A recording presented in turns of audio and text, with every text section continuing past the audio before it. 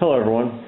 I am making a PC and I want to document it so that it will be helpful to everyone out in YouTube to see how to make a PC. So my PC was 6 years old and I decided to update technology. So I went to Lifehacker and found an article about how to make a PC, and they have different budgets. They have like $200, $600, and a $1,200 PC, I believe, that they give you all the components for. And I also went to a website called PCPartPicker.com. I'll put a link to the article and to that PC Part Picker site. It's very helpful because you can pick out parts, get prices, and do comparison shopping all in one spot, and you can save your configuration. And what's really nice about it is you can look at the price of all the components together over time, and it looks at several websites such as Newegg and Amazon, Tiger Direct, etc., and picks out the best price, including the rebates. So anyway, let's go into the components. As you can see, I picked out the Tempest, the 210 crafted mid-tower from NZXT. This was what was recommended on that Lifehacker article. It's a wire mesh case, and we'll see it as I pull it out of the box later in the video. I picked the ASRock 970 Extreme 3 motherboard. It uses the AMD chipset, and it doesn't have integrated video. I bought a video card to go with it, and it's highly recommended from Newegg. I really like solid-state drives. I've used them on my notebooks and they're awesome. So I picked one that's a really good price. Oh, let me go with prices here. Let me see. The case. This case was $45. The motherboard was $66. The solid-state drive was $160. This was in May of 2013 for a 240 gigabyte drive, which is a really good price per gigabyte.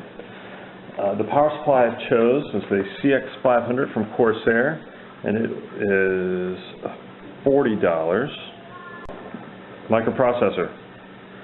The processor is the AMD FX 8-core processor. It's specifically the FX 8320.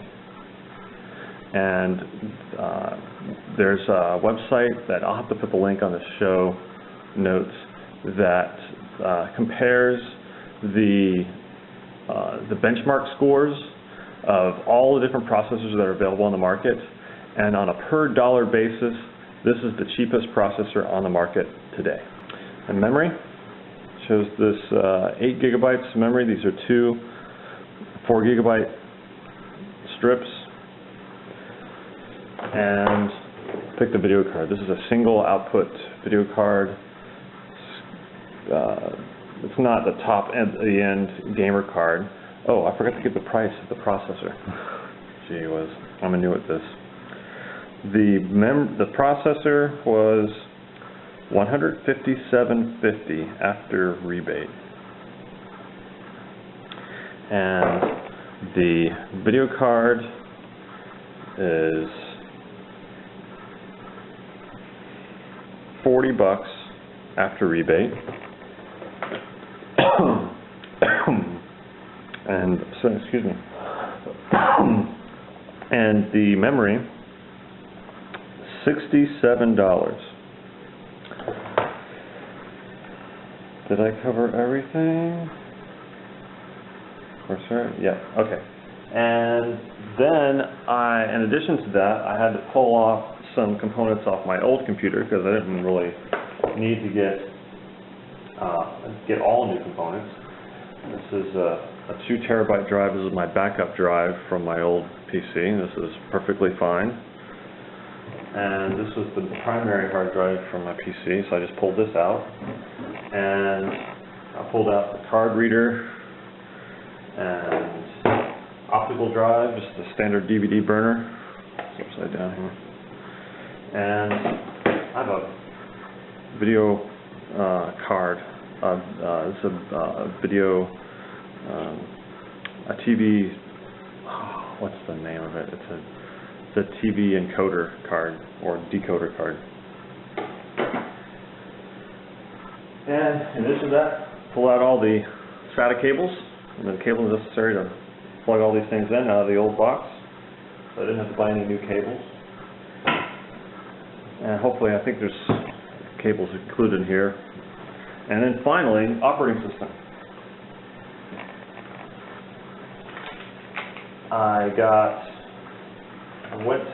My oldest son is a student at the local community college, and I went ahead and was able to use his student status to buy Windows 8 Pro upgrade for $70.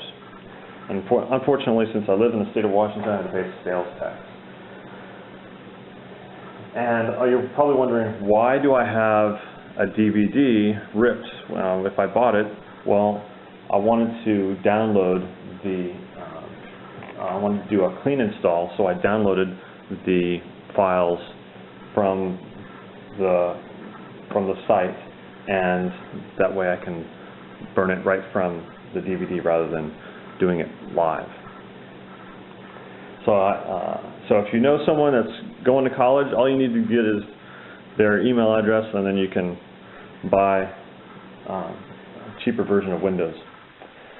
With all that, the total cost ended up being a grand total of $650, which is actually less than the $600 PC, and I believe that this is a higher end machine than what they specified in the Lifehacker article. I think the only thing I really give up is on the video card, because I'm not really an extreme gamer. And it was $600. Their article said it was $600, and but that was without the operating system. So anyway, I'm going to open up these boxes, and in the next cut I will show you how to start putting it together. All right, here's the case. Took it out of the box. It's not entirely wire mesh. It's got just wire mesh on the front, top, on the side, and the back. I guess there's no need for wire mesh on the bottom. And it's got USB 3, USB 2. That's not quite as many as I'd hoped, but then you got your audio and microphone jack, power button. I'm not sure what this little button is for. Maybe it's a sleep button. So for opening up, it's not exactly toolless, the case. I've already opened it before I start the video. These little thumb screws are a little tough the first time you open it up, but once you get that off, you can see inside that you got your bag, screws, a couple zip ties, instruction manual. I'll have to take a glance at that. It obviously can take more fans. There's one fan, well no, there's two fans included, one on the back and one on the top, so I think that's pretty good for $45 free shipping. Then you got a pretty good set of cables here. Hopefully I'll figure out what they all plug into on the motherboard. And hard drives have, or the drive bays have this nice little latching feature. I'll have to see how that works. And so there's that. All right, I've run into my first issue. I opened up the box for the power supply. Here's some zip ties and screws. No surprise. Power cord, great. Throw this in a box with all the other power cords like that. Looking at this very closely, I noticed a problem here. Looks like it's been dropped. I can see this protruding this way. Looks like it got dropped from this corner right here, and then it just kind of shifted everything over. Now, I don't want to have to go through the trouble of returning this thing, The main thing I want is for it to work and that it fits. So I'm going to make sure that this works and fits, and trying to straighten it out, and I'll put it in the box. So take it from there. Okay, well, I used my superhuman strength to squeeze this back together to get it right to the right position. So I think that's pretty good. It just has a little protrusion here, and I don't think it's going to cause problems, because I'm going to go ahead and put this in here. Fortunately, there's nice standardized sizes for different devices. All I got to do is kind of slip it in there, and there are screw holes right there. I'm going to screw that in. Alright, I've got the power supply screwed in. You'll notice I have the power cord plugged in here, and I'll tell you why. First of all, when you start getting into these devices where you got boards that have open connectors and components just sitting on a board, really have to emphasize they put this static warning for a reason. Electrostatic discharge can destroy electronics very easily, and you won't even know, because the static level that can destroy electronics is much lower than the static level that you would see a spark jump across, or hitting a doorknob. So what you need to do is you need to ensure that you are grounded. And what I mean by grounded is that you have an electrical connection between your body and the third prong of the that's plugged into the wall. That's the ground that's plugged into the ground.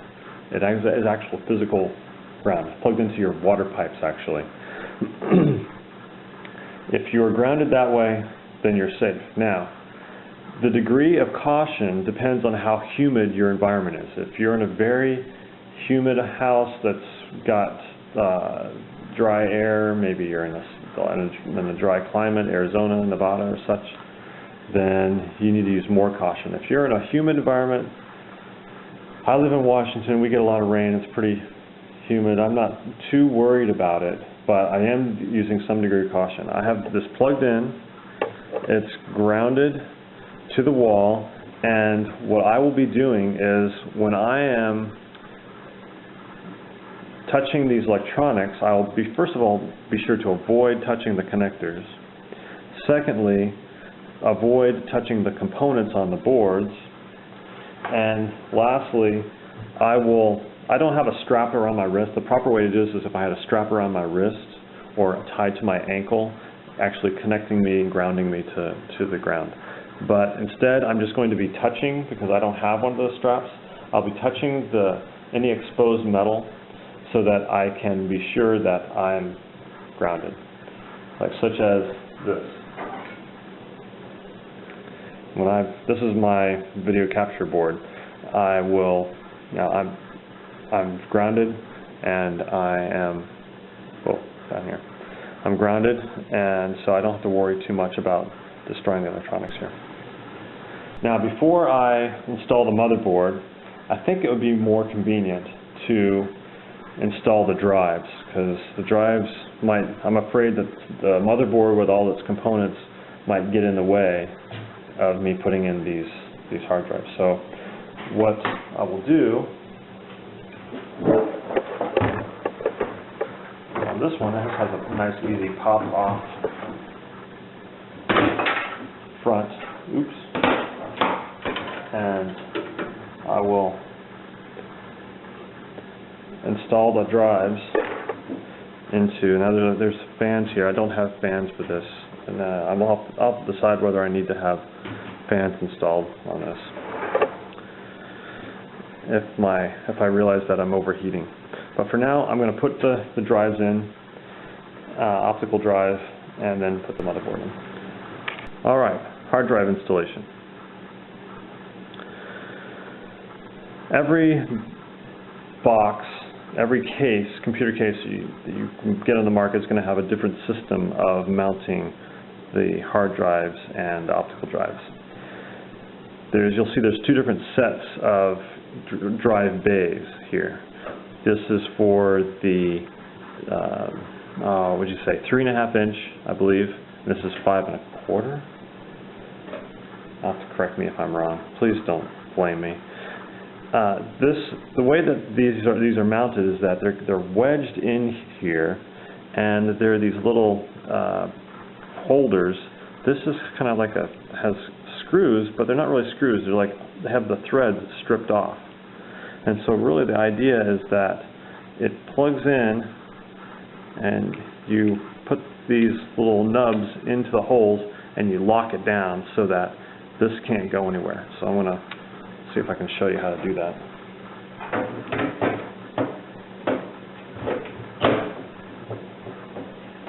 So I'll line up those holes. Take this here. Make sure that they're both mounted. Twist. And it's in there. This ain't going to be dropped from a building or anything, so it just needs to withstand a shaking. Now, these larger bays are similar, in that you see the nubs here, and they go into the side of the optical drive.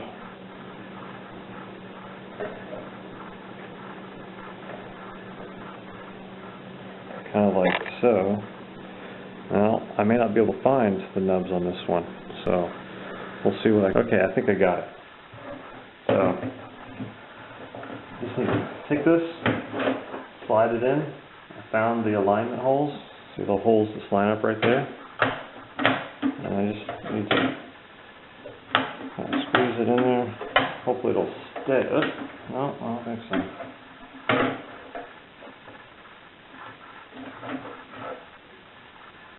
Line that up properly. And jam it in there. Oh well, I'll get it. Alright, take 2. I slid it in there and I finally figured out how to do it.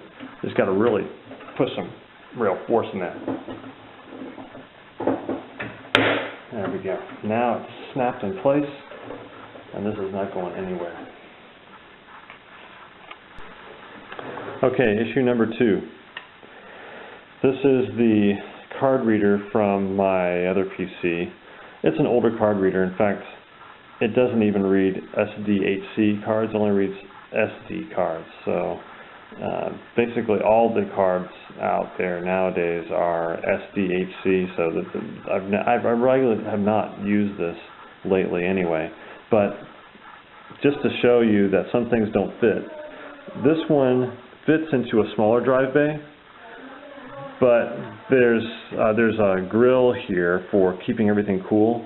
They did not anticipate that this would be, that any of these would need to be able to have exposure to the front face. And this, it doesn't fit in here, it's just way too big of a bay. So I'm tossing this, I don't need it. I'll have to use some sort of other like USB-based card reader, or maybe I'll get a card reader that fits into this size bay. I don't know, we'll see. Alright, here's another issue I ran across. I knew about this going in. All the SSDs that you can buy, solid-state drives that you can buy nowadays, are really meant to fit into a laptop and not into a desktop computer, at least from what I've seen. So what you're supposed to do is you're supposed to get an adapter tray to adapt this size to be able to fit into a 3.5 inch bay. But I didn't bother to get that. I'm just either too lazy or whatever, or cheap. Solid-state drives are so light, I'm just going to tape it to the inside of the case here, and then hook it up to the SATA cable. So you'll see that in the next cut. All right, so I've taped the flash drive in here, and I found some electrical tape. I'm using that. I could have used duct tape. Actually, I think what I would have preferred is Velcro tape. Would have made it easier. But it's solid in there. Oh, great. Maybe not. But at least it's a good temporary solution until I find something better. And I wanted to install this SATA cable first, so not to disturb it. But either way, this box is going to be sitting vertically. This is sitting on the bottom. It's not going to be going anywhere unless I were to tip it over or something. And it seems kind of ironic. This solid-state drive, it's the single most expensive component of the entire system, and yet I've got it taped to the inside of the case. Oh well. Okay, one thing I found out the hard way is that once I've got this in here, this optical drive in there, I can't put this base plate on, and this needs to go on first. Your case will probably vary, so I'm going to go ahead and put this, snap this on.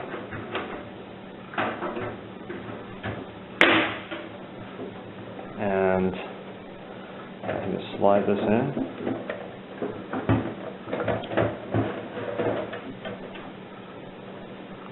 And then, like I showed earlier, alright, take two. Now that I've got it laying down, I can put my body weight down on this. You'd think that this would be really simple, but anyway, this little plastic things, it would snap right in. But had to line it up and then get it. There we go. Now it's on there. It's not going anywhere. Alright, now to the motherboard. Sorry, things are getting kind of cluttered here. I opened up the motherboard box and got the quick installation guide. Seems like a pretty thick book, but it has about 10 different languages here. And the English portion is just one little section, so it's not that big. This is the rear faceplate that goes on the back of the unit, so you can see which connectors go where. So this actually goes onto the back where all the connectors go. And pleasant surprise, SATA 3 data cable. So, or actually, looks like there's two in here. Oops, sorry about that. Yeah, SATA 3 data cable, and so that will be useful. And drivers. So that's, sorry, that was off camera. The manual and board. Alright, before I put the motherboard into the chassis, I'm going to install the microprocessor and the memory and onto the motherboard. Put the motherboard inside the chassis, and then I'll put the memory card, not the memory card, the video card in. Now here's what's inside the box for the processor. The processor itself, it's what's called a pin grid array, a PGA, and it's funny how all these devices, they have a sticker they want you to put on the front of the computer. Like, here's the sticker for the memory, here's the sticker for the SSD. I think I will put all these on there just so that people will know. The nice thing is that the processor comes with a heat sink. This is a nice looking heat sink. It's got fins on it. It's got a fan built in, and it's got a protected area. This plastic is over this thermal goop. This is meant to have a really good thermal connection between the chip and this heat sink. It's a way for the heat to be conducted away from the chip so the chip doesn't fry. Alright, installation of the microprocessor.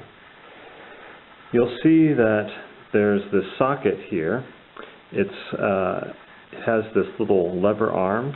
This opens the connections, and this closes the connections back up. These mounting brackets are meant for the heatsink. It holds the heatsink down onto the processor. So I'm going to open this up, make sure it's raised up to 90 degrees, and I will take note that in this corner there is a little triangle. Now all four corners have a triangle, but this one, the triangle is actually indented into the plastic. So I know that that is what's called the pin 1 marker.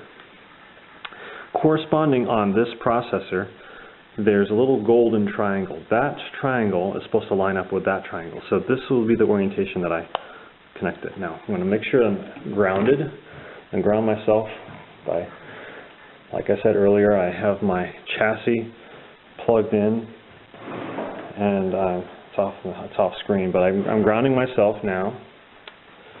I'm going to go ahead and take this out of the case. And it says very explicitly, do not touch the pins. So I'm going to take this out.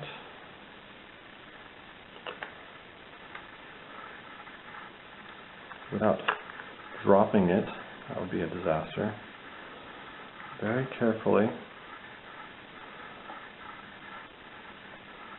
place it in the pinholes. It drops right in. As long as I have it lined up, it drops right in.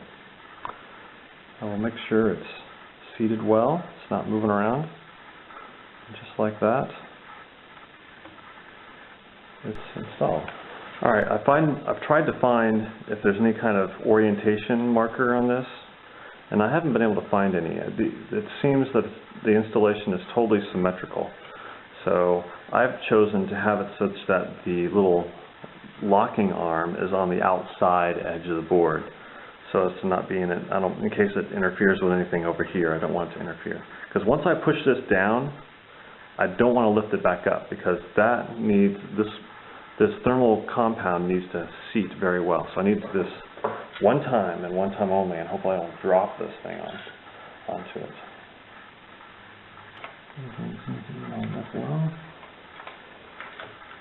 I just need to latch it here on one side, latch it here on the other side, if I can get it latch down.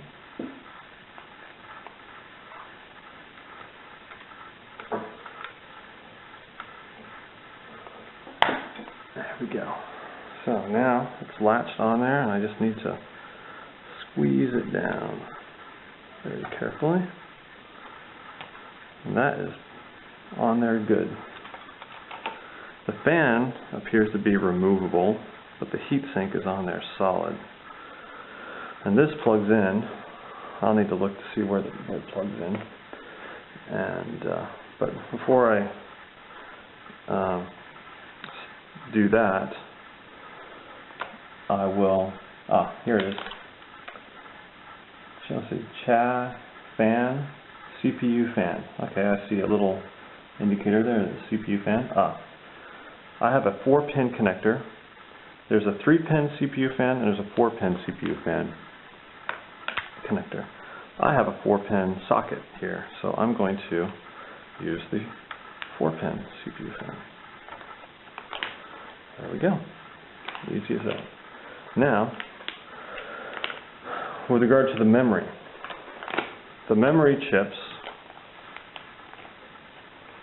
come in pairs. The memories that you buy nowadays are these dual channel memories.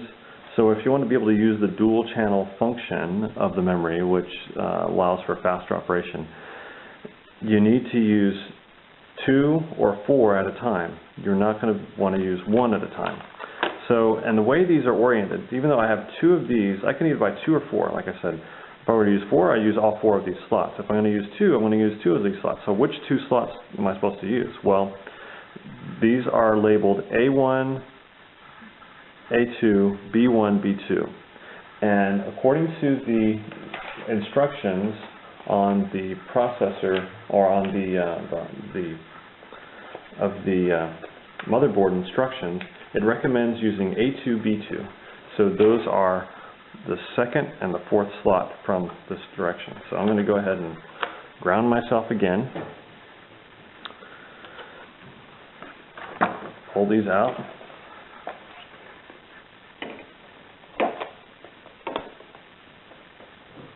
Should pop right out. Oops, I touched the pins. Don't tell anyone.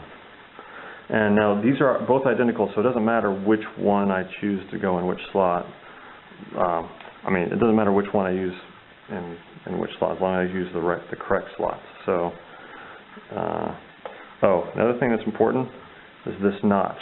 This is the notch which makes sure that I plug it in the right way. It goes in this way, not this way, because you'll see that there's a notch right in the connector. That is for orientation. So I push this in as far as I can, and I'll lock it in right here and here. And I'll go ahead and put the second one in.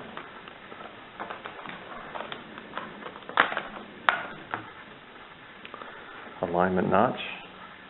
I choose the right slot and slide it on in. Press it down, and there we go. Memory and CPU installed. Alright, faceplate time. This is the faceplate that comes with the motherboard, and I'm going to go ahead and put it in here because once the motherboard is installed, it's going to be next to impossible to put this in. So this, I'm pretty sure this goes in first. This will be really quick. At least I think it will. It should just snap right in.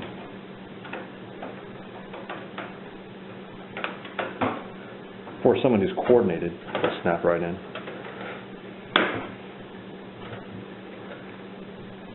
If you're uncoordinated like me, you might end up bending it.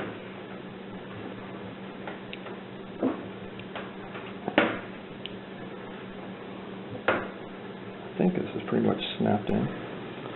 Okay. Now I'm going to install the motherboard. This motherboard has what's called an ATX form factor. And what that means is that it's a specific X and Y dimension. And this case is designed to meet a number of different, to fit a number of different form factors of boards. The ATX, I don't know if you can see this, it says the ATX screws into slot holes A1 through A9. So those are right here, 1, 2, 3, 4, 5, 6, 7, 8, 9. That's where the holes are. So just so I know. Now I'm going to ground myself again, touching exposed metal, which is plugged into the wall. And then I will take my motherboard with memory and processor and everything, all beautiful. And I'm going to carefully lay it into the bottom here. Okay, I made a rookie error. I just realized that there are some standoffs that I was supposed to put on the board first. So there are 9 of these, and you don't just lay it right on the bottom of the case. That was duh. Don't flame me for that either. So I'm going to take this out, put it, ground myself, take this out, put it back on the conductive foam, and here are my standoffs. And I won't bore you with all the details, but I'll screw one in just so you can see.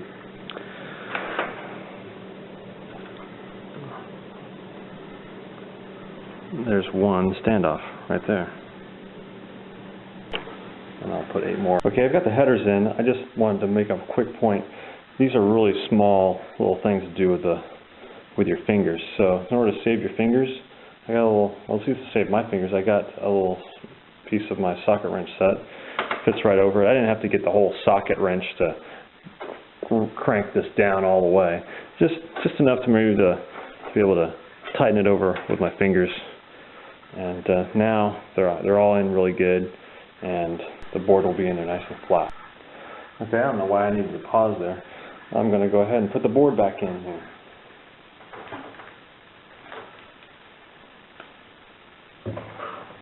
Nice and careful. Uh-oh. Hey, this is supposed to be an ATX board. Alright, so we got a problem. Well, let's see what's going on here. I've got lineups. Well, maybe my board isn't exactly full ATX size because 3 of these standoffs are not mating up with the board. But if I look on my unit, I've got mounting holes for 1, 2, 3, 4, 5, 6. I've got 7 mounting holes on this particular board. I don't know if you can actually see that. Yeah, there's actually 7 of these mounting holes.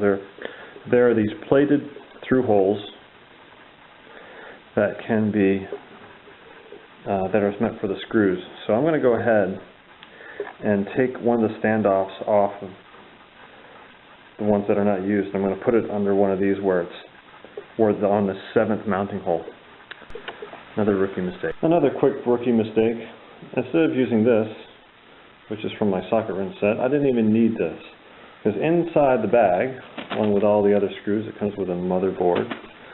There's what they call a socket wrench or a standoff wrench. So I could have just used this, but still, mine is bigger and beefier, would have been easier.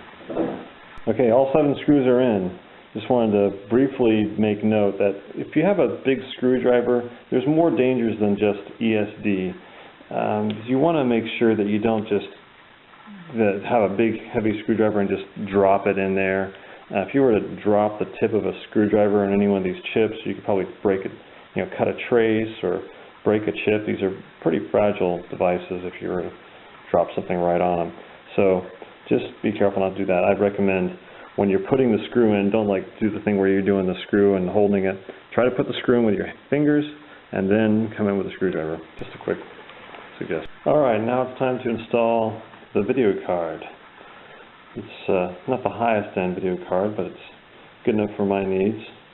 Not for serious gaming, but it's pretty basic to install one of these. You have to pick the right slot. This one, it happens to be the second one down from the top, or yeah, from the top. This one, it's not a toolless case. You need to first remove the faceplate.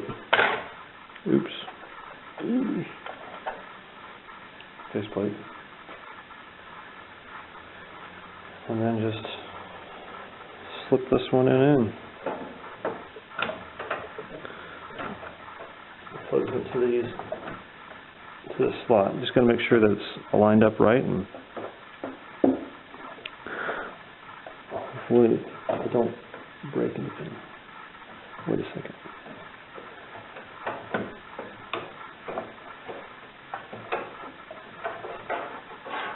There's a little locking tab.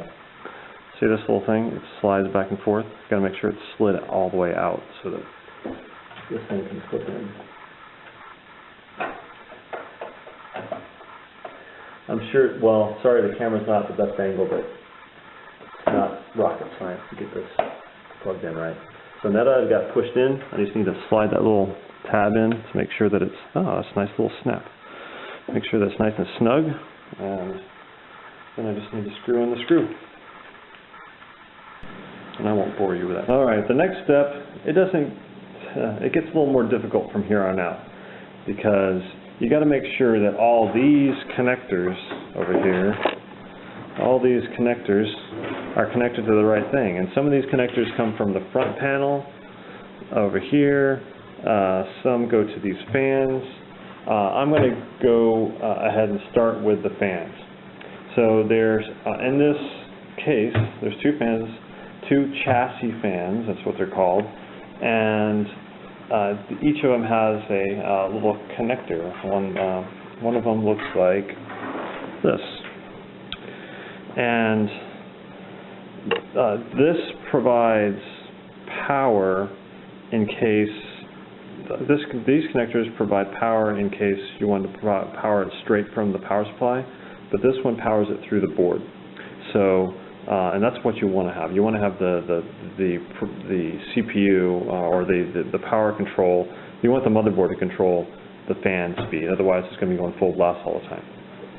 So, trying to connect these to the 2 proper connectors, which are shown here on you're going to have one too. For every motherboard, you're going to have a detailed drawing which shows which connectors are what.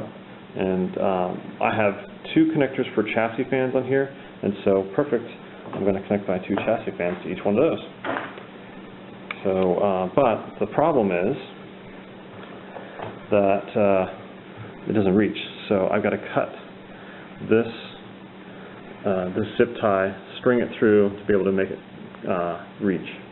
So I won't bore you with those details. I want to come back when that is done. Alright, now for the rest of the case connectors.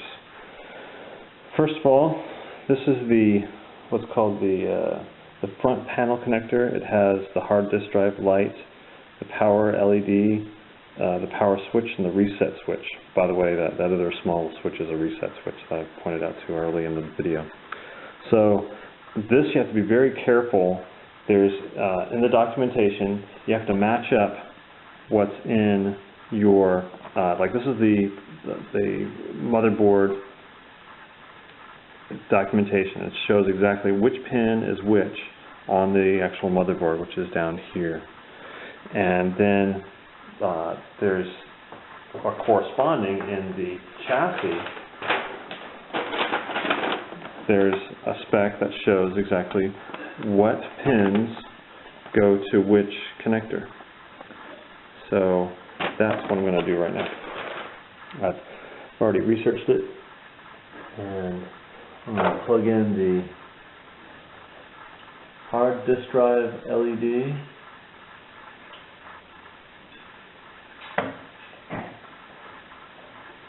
And the next thing would be the power LED, then the power LED minus,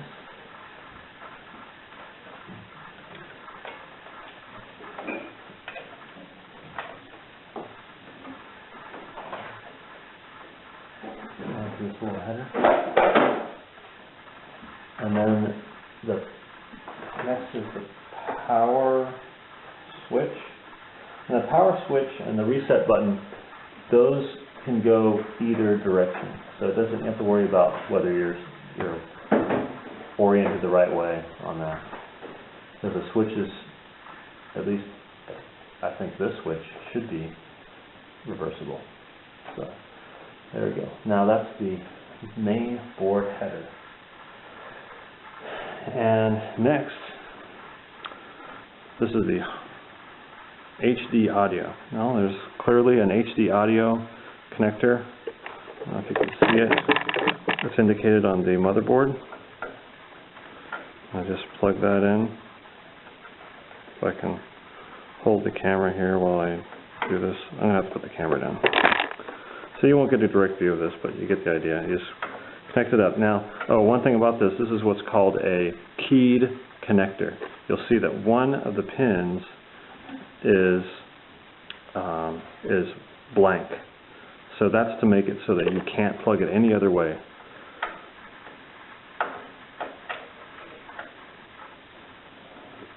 The only thing you really have to make sure is that it's lined up.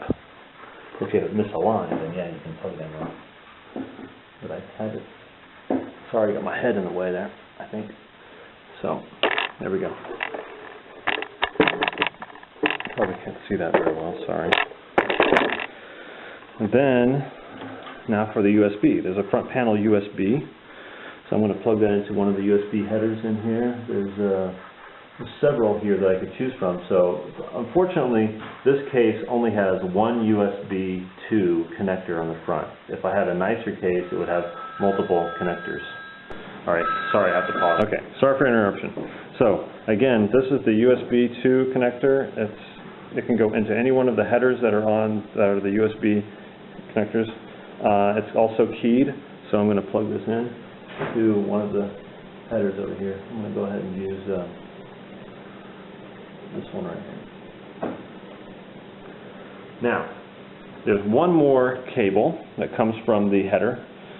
This case has a USB 3.0 connector on the front. Unfortunately, I don't have a header on the MLB for this main board, motherboard, for this connector. So this connector is just going to sit unconnected. Unfortunately, this motherboard is not perfectly matched to this case. I do have, this motherboard does have two USB 3.0 connectors on the back, but that's going to have to do. Yeah. Now, next, power connectors. Look at all these power connectors. I'll have to get this on screen here. These are all coming from the power supply. This is a SATA cable. This is the main power. I'm going to go ahead and plug it right into the main power jack. It's pretty obvious where this goes.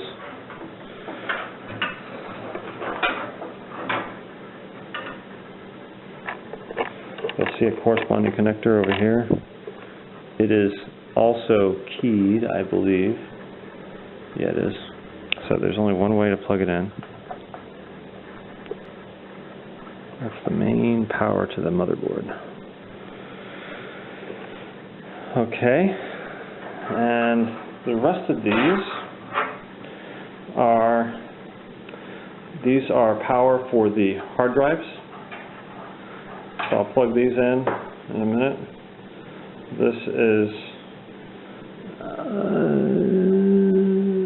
other power cords. I need to do some research here. So I'm going to pause again and, oh, here's PCI Express. It's labeled actually, look at that, PCI Express. So I'm going to go ahead and let's plug in these hard drives. So here's,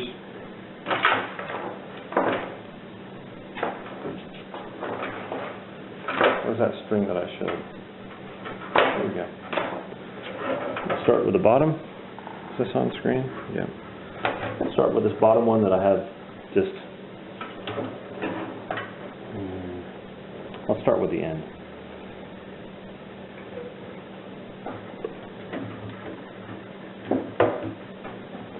This one, right here.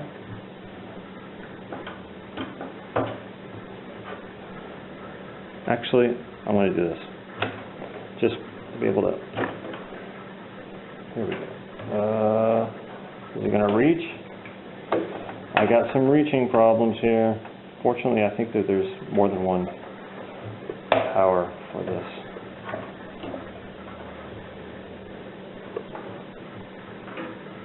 So I've got a cable that won't reach. I might have to move this down. So let me go ahead and pause. Alright, so I split the optical drive, the DVD drive, down one slot so that I could have one power cable go to all three of these. And these are two hard drives, and there's one solid state drive over here. That's one that's floating that I still need to tape down. And so I can't have it just dangling around in there. Okay, so next I've got my SATA data cables. So I've got, here's one. Just need to plug it in right here. And actually, I'm going to, my solid state drive, I've already got the connector on one end. So now I'll just plug this into all the SATA connectors that are down here. There's SATA 1, SATA 2. Actually, this is SATA 2.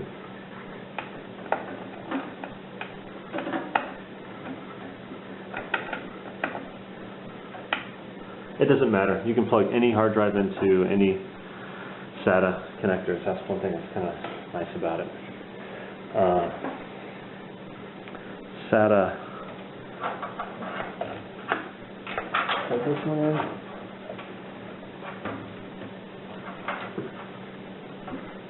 Let's plug this into SATA 3.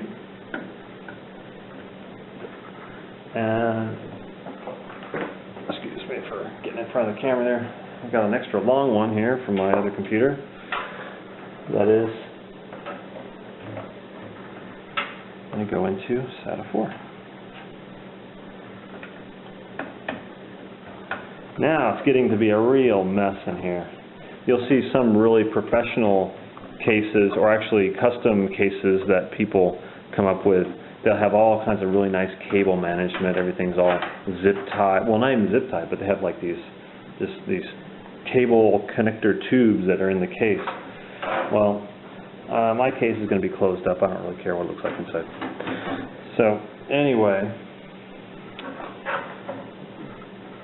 some people have windows on their computer so you can see the inside, all the electronics, see the blinking lights and all. So now, other power connectors. I'm looking on the board and I see there's a power connector right over here. So let's see. Do I have something that matches up? You see that is... Alright, I'm going to pause. I want to make sure I'm doing this right. Alright, CPU has its own power connector. You see on here it's labeled CPU. And this is plugged in right here into the CPU. Power connector. Done. Alright, so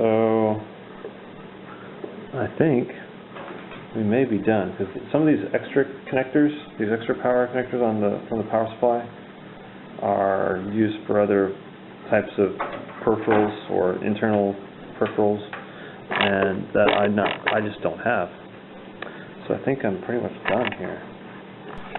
Let me pause again. Alright, I took a look at the purposes for these cables from the power supply. These are for graphics cards and high-end graphics cards that need power directly from the power supply. So since this low-end power or graphics card does not have an extra power connector, I don't need these. So the last connector that's available on this power supply is this that has 4 power. These are accessory power connectors, and I'm not using any of these because if I wanted to, I could connect these right up to the fans. But like I said, I don't want the fans going full blast all the time. I want them controlled by the motherboard. And this last connector on here is meant for a floppy disk. So I've connected everything that needs to be connected internally, and now I just need to clean up this mess. I've got to get the zip ties out and try to straighten it up as much as possible. Alright, so here I have zip tied everything. Got everything out of the way as much as I can. And there's everything all put together. And so now it's all ready to close up. And we'll see if it turns on.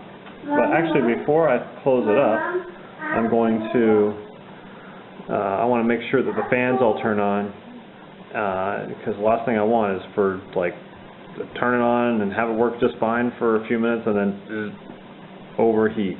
So I will be checking the fans before I close this up. Okay, so let's turn it on.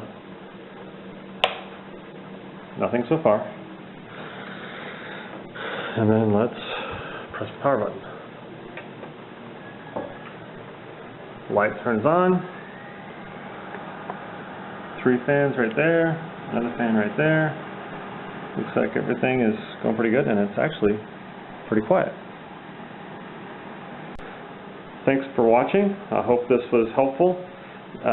Give me, if you have any questions or comments, or if I did something really dumb or wrong. Again, I said this is my first time I've put together a computer.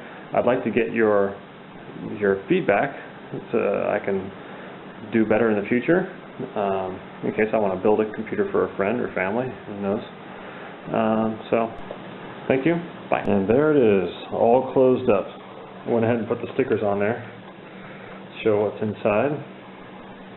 Just one last little bit, wanted to show you all. And there's the real panel. Okay, there's one more thing I wanted to show you all, just to show that the computer is running nice and fast. I've installed Windows 8 on this machine, and I've run the Windows experience score, or it's experience index. And as you can see, as I've noted a couple times, was the speed of the processor is excellent. This is on a 7.9 on an 8. Oh, I guess it's a scale of 1 to 9.9. The memory is 7.9. The graphics is 6.6, and the hard drive is 7.4. So the weak point, as I noted, is the graphics, which is only a 5.9, and the gaming graphics is also pretty weak. So that shows that this is a pretty good machine for. So if the easiest way I wanted to speed it up, or at least speed up the graphics performance, would be to put in a better graphics card. Well, also, after I took the previous cuts, I bought a new SD reader. This has extra USB ports and multiple cards, and it has this bracket to make it fit into this 5 1/4 inch bay. And also, I noted, you can't see it, but I have an adapter inside for that solid state drive, the 3.5 inch. No, I think it's like a 2.5 inch to 3.5 inch adapter, so that it will fit inside here. So, anyway, I hope you enjoyed this video. I hope it was instructive. So, send me questions if you have any questions, and I'd be happy to answer them. Thanks. Bye.